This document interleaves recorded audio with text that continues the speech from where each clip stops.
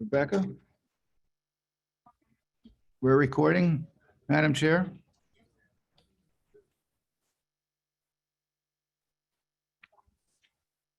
All microphones should be on.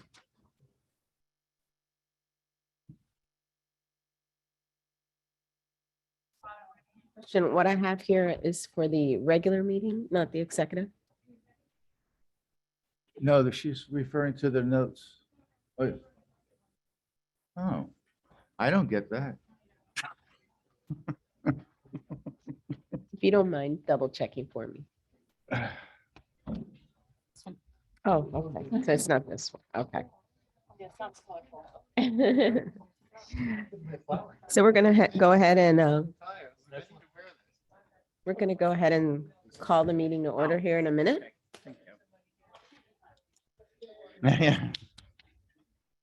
So let's just wait till we have member Ziotti present and then we'll start. I'm not calling you out. I don't want to start without you.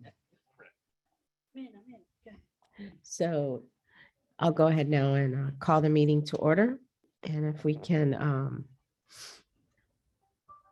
Roll call. go ahead. Chair Ortis is absent. Vice Chair Good, Yes. Deputy Vice Chair Johnson. Broward County Representative Furr. Small Municipalities Representative Ziotti.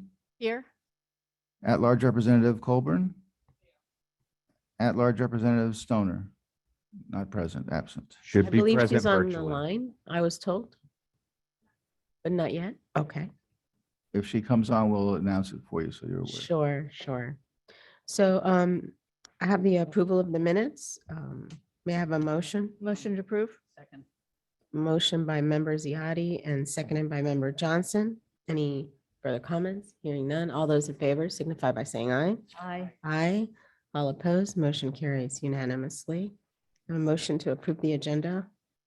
Motion, Motion by member Ziotti, seconded by member Johnson. All opposed, none. So all in favor? aye. Aye, motion carries. Is anyone here with public comments today?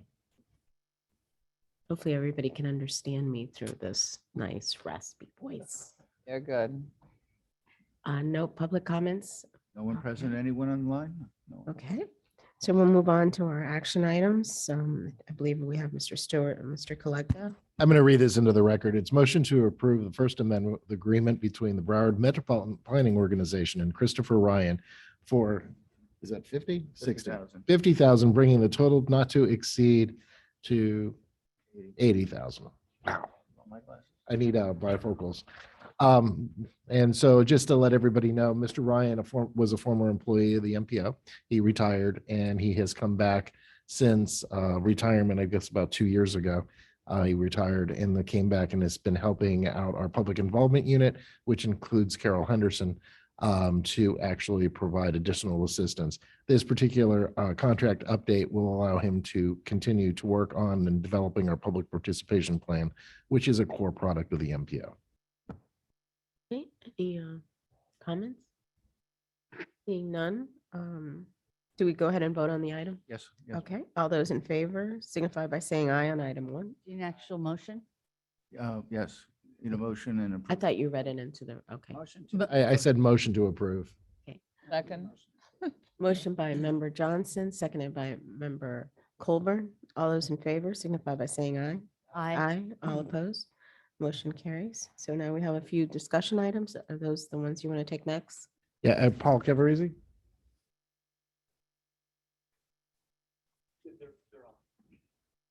Okay. Colin and Knight is on. Can we pull them up? Hi, good morning. How are you? Good morning. Good morning, Molly. Lisa. How are you? Good, thank you. Hey, Greg, I'm on my phone. Can you hear me? You there?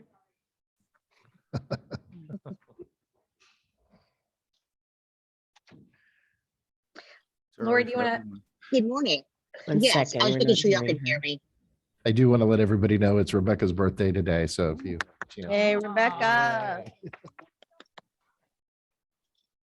Hi, good morning, everyone. I was going to just give a quick overview of what's going on in Congress right now in DC, and then turn it over to Lisa to talk about IJA and give an update on appropriations. So Congress is finally back from its Memorial Day recess. And this week, as you probably have read in the press, they're working on gun control legislation. The House passed its package yet last night. It probably will not go anywhere in the Senate. But on the Senate side, the Republicans and Democrats are trying to work together to put together a package that could get 60 votes. They have been talking every day. Some are hopeful. So we'll have to see what carries out over the next couple of weeks. As you know, we're coming close to the midterm elections in November. So Congress will be recessing probably mid to late October. So that leaves very few legislative days to get things done. A couple of things probably will be the only things to get done is the National Defense Authorization Act, which always passes on a bipartisan manner, and the Water Resources Development Act, otherwise known as WRDA. And this is very important for this area because this bill sets policy and establishes projects for the Army Corps of Engineers. When they return back from the midterm elections, they'll probably do wrap up of the bills they weren't able to pass this time, and then deal with appropriations. So with that, I will give it to Lisa. Thank you, Lori. So on the appropriations front, we have a lot of movement that's beginning to happen. Yesterday, the House approved a $1.6 trillion spending cap for the FY23 appropriation bills. So this was a great first step towards getting our bills written. Next week, the House appropriations subcommittees will get to work marking up their bills. 6 of the 12 appropriation bills will be marked up next week. The transportation HUD appropriations bill will be marked up in subcommittee on June 23rd. And then the full committee will mark it up the following week.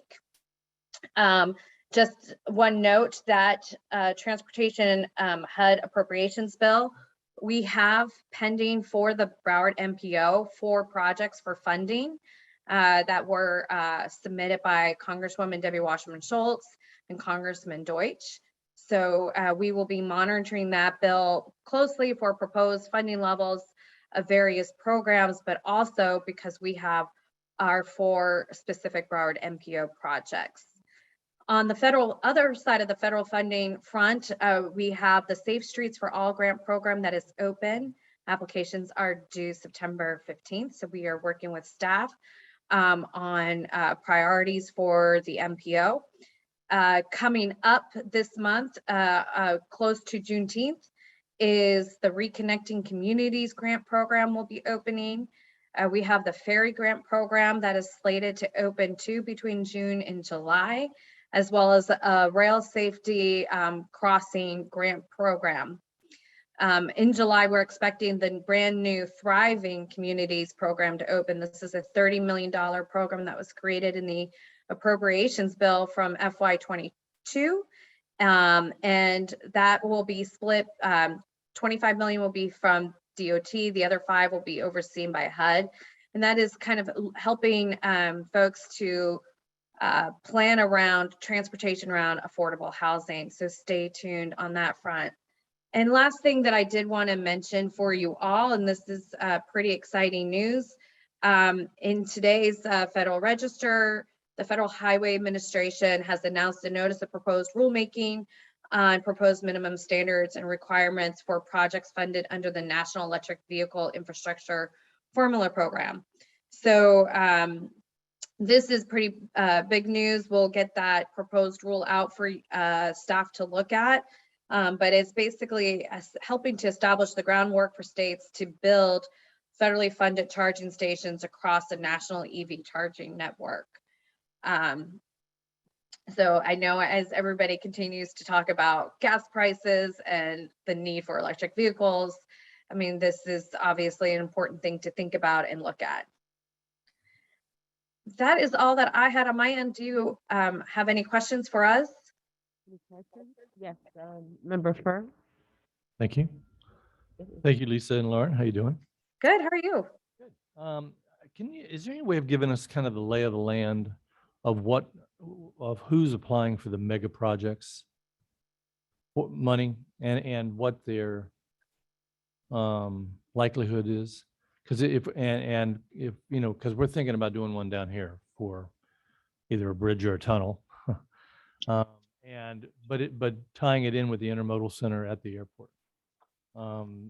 Obviously, it would classify as a mega project, but I kind of want to know what our competition is. Do you have any sense of that? I don't know the competition in Florida, maybe Paul and Greg do. But around the country, I have seen large intermodal stations, large railways. There have been several port authorities that are applying. And then of course, interstates as well. And it's for projects of regional national significance. When they created the program, they had 2 projects in mind. Doesn't mean these 2 projects are going to receive it, but it's a CREATE project in Chicago, that really large intermodal center that connects downtown to the airport. And then also there's a large one in Los Angeles near the Port Authority. So those 2 members sort of pushed this bill for this program to happen, since MPO and RAISE, those funding levels were too little for these multi-million-dollar projects. And We you know, can, go ahead, yeah, Lynn. we can reach out to DOT and see, you know, what they know and can share. I know we just found out from DOT that for the RAISE grant program, they received a record 967 applications. Of course, which I responded, well, you have a record amount of funding this cycle, so I wouldn't be surprised that your number of applications went up. But And as you prepare and think about the project, we can also set up a meeting for the MPO with the mega staff at DOT. And I know Greg's in the process with his staff of trying to figure out what grants would be available on this. But And then hopefully these awards will be announced probably in October. and do you So have a sense- they will have a better sense of what DOT is prioritizing. and do you this have a program. sense of those projects, what kind of matching funds? Is it, I mean, I guess it normally had been, you know, maybe 50-50, but I had heard that there might be possibility of being much more than that because the projects are so big. Have you heard anything like that? Do you mind repeating that right quick? I apologize. I didn't hear that last part of the question. Because some of the mega projects are so mega and Yes. so expensive that matching funds aren't on a local level aren't necessarily available as much. Oh, I see. So the matching level may be going, have you heard anything of it going from maybe 50% to 75 or anything like that? So they won't be able to change it because it is in statute. It was written into the bill. But we can What is it? What's written into the bill? That's what I need to look at the notice of funding opportunity to remind myself what it is. But we can send it over to Paul. If that's okay this afternoon, later this morning. The cost share? And what you're saying is that Please do. you don't think that could change at all? No way to change? No, they won't change it. No. Unless they And the change the bill. And the last thing I'll mention, because I was at the U.S. Conference of Mayors meeting this past weekend in Reno, and I met with the director for the Build America Bureau, and they are really pushing their loan program that they have. And they made, the director actually came from the Commonwealth of Virginia, who used the loan programs for a variety of projects like the hot lanes along the I-95 corridor. And he did make a very excellent point in saying too, that sometimes on these very large projects, the loan program can be very attractive because versus getting a grant to pay for a portion of the project, because of the way the project gets financed, it actually can provide a cost savings to your project over the, you know, lifetime of the loan. And these loans are, you know, generally around 50 years, but now they have increased the length of the loans to sometimes get up to 100-year loan. And so that might be something worth exploring too, at least just to have a conversation with the Build America Bureau, depending on the size of the project. Good to know. And Commissioner, what I was aware of is an 80-20. 80%. Oh, Yeah. And is that what's in the statute is 80/20? They're going to do the research, but right now off the top of my head, if I was gambling, I would say 80-20. And that's the normal federal local cost share for federal highways. That's typical. Yeah. Thank you. Member Ziyadi? I have two questions. One for Greg. The funding that's been mentioned is what's put into our newsletter that we receive on a regular basis? Yes, and exactly. And I do want to mention, since you brought that up, the Safe Streets for All grant, we're actually working directly with Broward County government. We're looking for the local match to come hopefully from Broward County. Staff is currently working back and forth to try to figure out if that even is eligible for surtax funds. And if it is, then we can go forward. Unique opportunity with that is if we apply through the MPO, we're actually able to get about $5 million in total for the study. And then you're able to get even more money out of the Department of Transportation for construction the following year. So, that is, basically our complete streets type program stuff. So this is good for the local governments as well. So I'm real excited to see that. And then the thriving communities idea, and this is something that, the commissioner and I have had private conversations on is, how do we get affordable housing on corridors? I know I've had that conversation with a few others as well. And that particular grant would be something we'd be looking for the local match from our partners as well. I just wanted to add and give props to the Broward MPO that I think your organization is one of the reasons why Safe Streets for All was created. Because before there was not a funding pot for Vision Zero and comprehensive road safety. And y'all have been working on your plan for a really long time. So you're definitely ahead of other MPOs and local governments across the country. Thank you for that. Yes, the second question was for Lori, actually. So I'm the extreme opposite of what Commissioner Furr was saying. We're not so mega. The little ones. We're itty bitty. So I just want to make sure that small cities aren't getting lost in the shuffle when applying for some of these grants.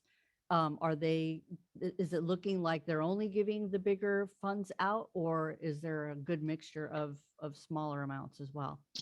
There is great mixture for funding for every type of mode and every type of town. In fact, a smaller town can also apply for MEGA. The larger projects are going to be between 100 and 500 million, but they're also allowing smaller projects too for that program. But that's probably the one program that is for this hundreds of $1 million of funding for a project. Majority of the programs are for projects of average size and for all communities to apply for. So you're definitely not getting lost in the shuffle.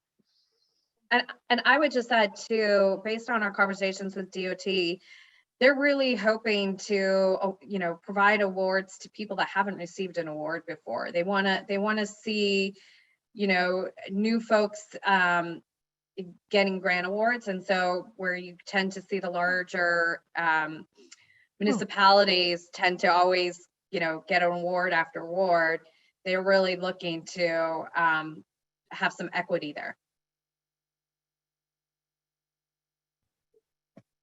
Great. Thank you. Any further comments? No more comments. We Nope. good? Yes. Okay. Actually, the next item for you all is Chip Scott. Yeah, and Lauren. And by the way, our esteemed attorney here has noticed that all of our teams in Washington and Tallahassee, the first letter of their names begin with an L. So Lauren, would you like to speak? Good morning. So as most of you know, we ended the special session on property insurance a couple days into it, basically. And they passed two bills. One was a property insurance bill that they went up specifically for. And I don't know how much details you want me to get into. I know that there were a lot of questions at the last presentation, but just to give a broad overview, and I'm happy to answer any questions. It essentially addresses reinsurance. It creates a $2 billion or authorizes a $2 billion pot for reinsurance a reassurance assistance program that it then requires all eligible insurers to participate in. It addresses roofing issues. It prohibits insurers from denying or refusing to issue or renew a policy based on the age of the roof, if the roof is under 15 years old, or if upon inspection, it shows that it still has 5 years left of life. And then it also requires insurers to allow a homeowner to complete one of those inspections if in not condition the policy on getting a new roof. It also prohibits certain solicitation practices for roofs, and it appropriates 150 million to a retrofitting and hardening program. That's a 2-for-1 for property owners. You would get matching funds, and that's up to $10,000, but it's only for properties that are $500,000 or below. So South Florida is kind of impacted by those restrictions. Then it also addresses attorney's fees. And as you might recall, at the last presentation, I explained that this was really a battle between insurance companies and the trial attorneys. It seemed like at the end of the day, neither side was happy. As a matter of fact, a lot of the members themselves weren't really happy with the final product, but at the end of the day, they sort of recognized that they had to do something to help bring some stability to the market. So no one was really thrilled about the product at the end of the day, but they recognized that it was still a step forward and that they had to do something. So it addresses attorney's fees. It eliminates the one-way attorney's fees, and it restricts contingency fee multipliers to only rare and exceptional circumstances. It addresses bad faith suits, and it also addresses AOBs. And then finally, it brings some oversight, better oversight to the insurance market. It creates a new anti-fraud unit in the Office of Insurance Regulation.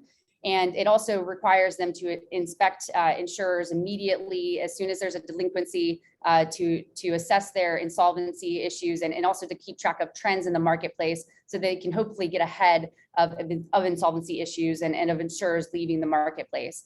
Along with some of the criticisms of the bill, also is that it does not address the citizens at all. So a lot of people have been asking for citizens to be able to cover homes of a higher value, but it did not go into citizens at all in this legislation. So we're expecting something to be taken up perhaps next session on that issue. Then as they were on the way through, midway through the property insurance session, the legislature actually voted by 2/3 each chamber to introduce another piece of legislation, and that was condo reform. And this was really driven largely by the Miami-Dade delegation. Representative Danny Perez, who's in line to be speaker, not next, but after in a few terms, he'll be the next House Speaker. He was really a big driver behind bringing this bill back. And so was Senator Pizzo out of the Miami-Dade delegation, who may be part of the Broward delegation after this election.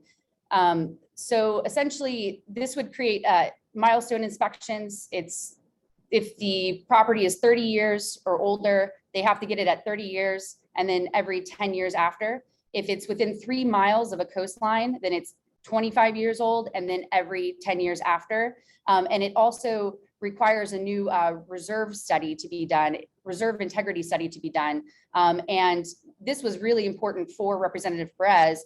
It does not allow for boards to waive reserves.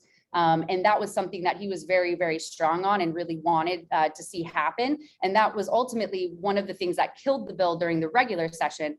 So they were able to reach that agreement and then get that passed at the end of the day. So, and if there's any questions on those, I'm happy to answer those. Any questions? Member Ziotti? Has there been any discussion with regard to the requirement of having homeowners insurance for the elderly or any kind of exception being made for elderly people?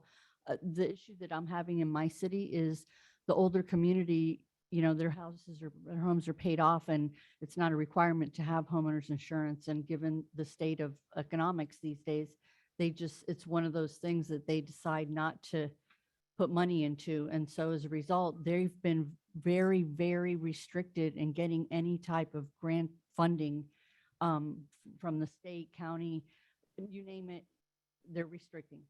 So has there been any discussion with regard to making an exception for seniors that, you know, obviously with that exception comes more exceptions of, it's not a dilapidated home, it's, there's other extremes, but has there been any type of discussion in any way, shape, or form with that regard?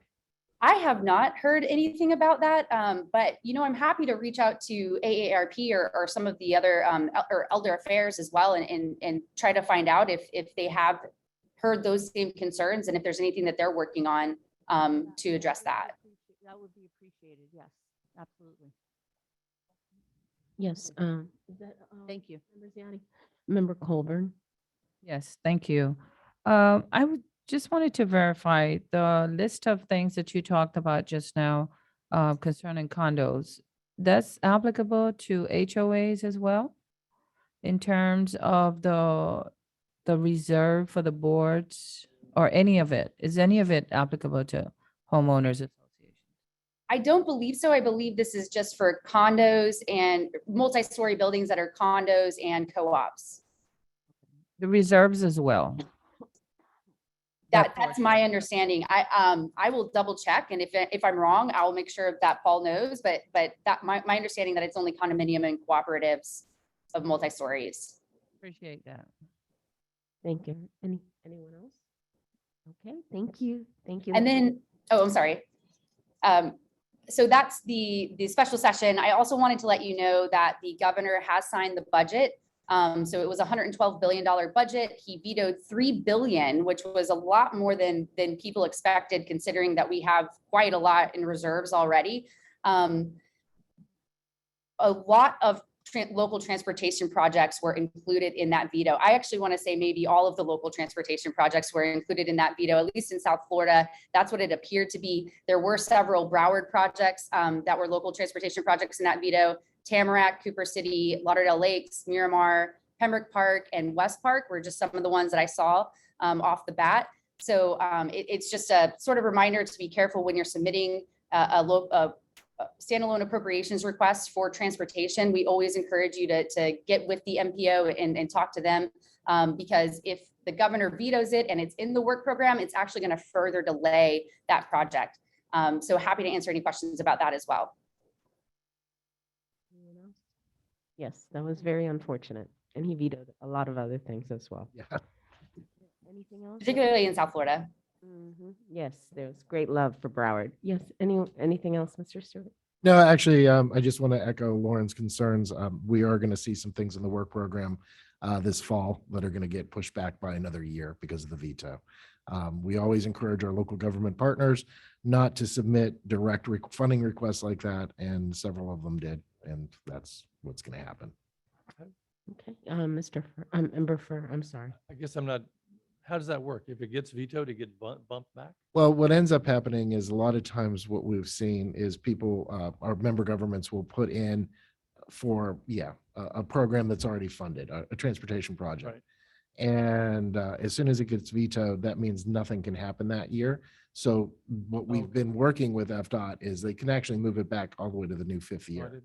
Yeah. So what we've been trying to do is have it only bump 1 year versus all the way to the beginning again. I know you mentioned Miramar. We didn't have any that's in the work program. You're good. Okay, You're good. thank you. Anyone else? Okay, thank you. Thank you, Lauren. Anything else, Mr. Stewart? Nope, I think that does it. Thank you, Lauren, very much. We'll look forward to following up with you too. Next item on this is the draft of 2023 MPO federal and state legislative priorities. Mr. Cavarese. Thank you, and I'll be quick. You have hard copies in front of you. There's two sides. There's the federal and state. We typically had brought these to you at the end of the calendar year, but better to align with the state and federal operating cycles. We're now bringing them at the beginning of the fiscal year. As far as changes go, if you're on the federal side, under safety and sustainability, and I'm sorry if I'm being too brief. Nope, Okay. you're perfect. The two new ones that we added are the last two bullets under safety and sustainability, direct funding to MPOs for quick build safety projects. And then the other one, adopting electric bicycle incentive Kickstart programs. We found that electric bikes are a very good way to get people around. It kind of levels the playing field. So no matter what physical shape you're in, have equal, essentially the output is equal, but they are prohibitively expensive. So we think by lowering the prices or providing some sort of incentive, it levels the playing field on who has access to these vehicles. Turning over to the state side, once again, the safety and sustainability. The last three bullets are actually new or edited. Okay, legislation implement, we're looking for the state to actually look at other states and find similar legislation that encourages, that reduces pedestrian and cycling fatalities, as well as green transportation alternatives. Also encouraging FDOT to fast track safety projects. This has been a challenge for us where FDOT says, we have a Vision Zero plan. Safety is our number one priority. We've identified many safety projects. Great. When can you build them? 6 years. So we really want them to walk the walk and not just talk the talk. Okay. And the third one is adding funding so that the MPO can conduct education outreach. Okay. Going down to funding flexibility, the new bullet, ensure funding for transportation includes funds for landscaping, lighting, and aesthetics. This has also been a challenge that we've been facing. We want to make sure that that doesn't come back. You'll have a full presentation at the board. And this is where I'm seeking the board's input. If there's any sort of wordsmithing, editing, new ideas that we want to go in, that would be the opportunity to put them in. And then next month in July, we'll do the final action for adoption. Question? The allow metropolitan planning organizations to conduct virtual meetings. Why is that being added? I thought that it's an issue of legalities. That was a carryover from last year.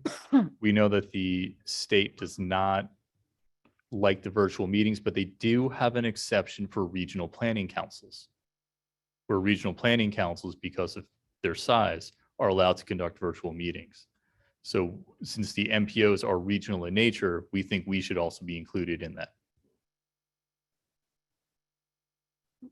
Does council have anything else to add? What- I mean, South Regional Planning Council crosses county lines, but the Broward MPO does not. We actually have a board that's called the Southeast Florida Transportation Council, Mhm. which is all three MPOs, and that's the one that, would actually be targeted for this type of legislation. It would allow us to do it as well, true, but it's actually more important for that regional board. It's all three MPOs put together. So should it be more specific? I mean, you didn't mean the Broward MPO, you meant the board that he just mentioned. It actually is all MPOs. It's not just us. So there are other MPOs that are multi-county. Jacksonville's multi-county, Orlando's multi-county. It's just flat out. It's, all MPOs, like it is all regional councils. Okay. Any other comments? No? Thank you. Thank you. Paul. I do want to clarify one thing about walking the walk with FDOT. They do walk the walk. It's just they also have a functioning program that requires everything to be put in the new 5th year. So that needs to be fixed. We appreciate it. Safety first. Yes. Any other comments under discussion items? Mr. Stewart? Yeah, actually, really quickly for discussion, I just wanted to let you all know that we're working with our partners at U.S. Department of Transportation, both the FTA and FHWA. There's about $800,000 grant that should have been included in this year's fiscal budget that ends at the end of the month, and we're working with them right now to have that included. And just as an update, we're doing that. Okay. And then number 3 with discussion of the. So today's meeting. Yes, sir. If you'd like, we have obviously the board elections, so that's an exciting opportunity. We're moving along with the local coordinating board. Those are new members that are coming in. These are consent items. You have mine and the general counsel's. Can you performance speak in the review. mic? I'm sorry. You have the LCB board, which we're appointing new members to, replacement members.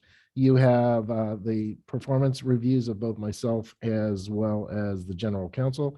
You took votes on that last month. This is just actually the general board. Then you have the list of multimodal priority projects. That's going to be a presentation.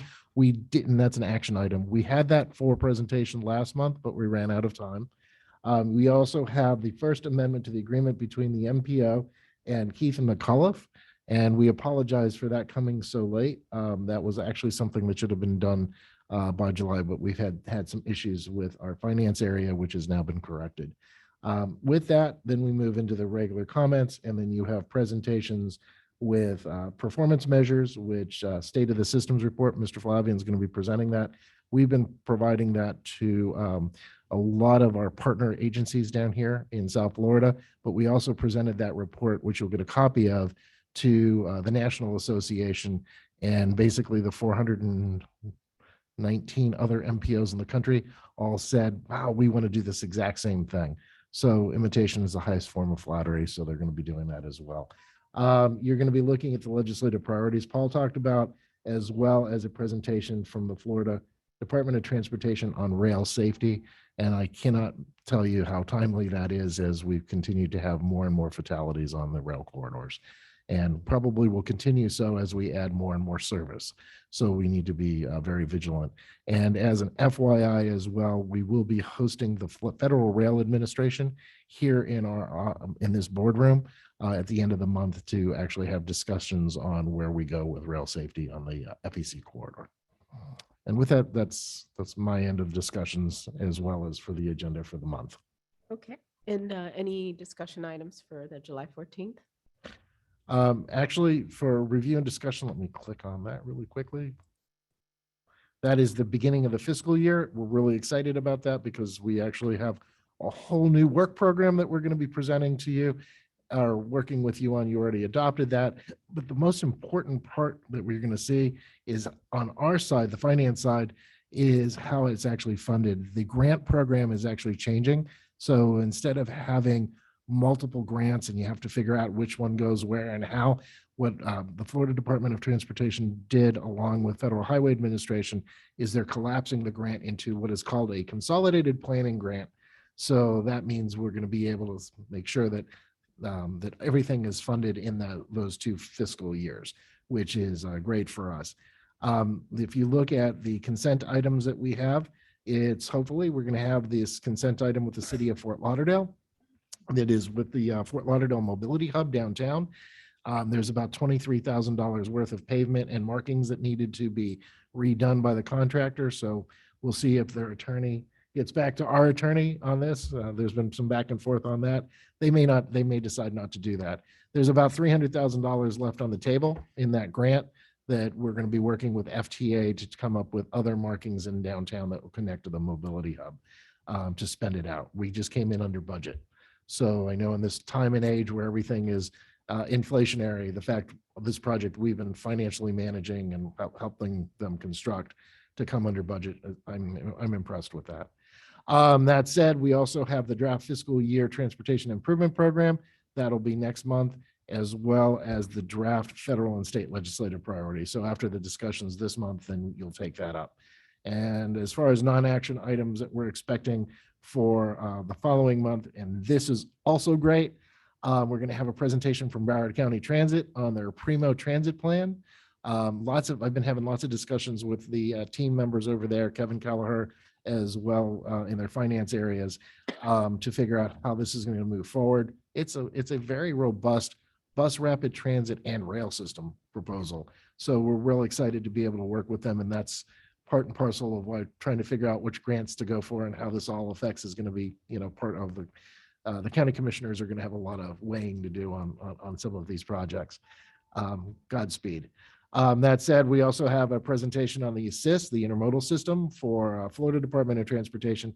And finally, one of my favorite folks up in Tallahassee, Allison Stutner, she is going to be presenting the transportation trends from Florida DOT. And that's going to be an interesting presentation. She's been working on it for a while, and we're going to be one of the first presentations on that. And with that, that's the July meeting. I did want to go back to the agenda for the June 9th. I understand that under the excused absences and participation, we also have member Scudo, who has been virtually participating and has reached his capacity of the 3 maximum. Is that correct? That is correct. So will council be advising him that he will not be able to vote today? He has been advised, I'm been told. I'm asking specifically, will someone as council, be advising him during the meeting today that he will not be allowed to When we vote. recognize that he's on virtual, I will do that. Okay, and I thought that we would be sending correspondence in writing to the members so that there'd be no confusion in regard to that. It did.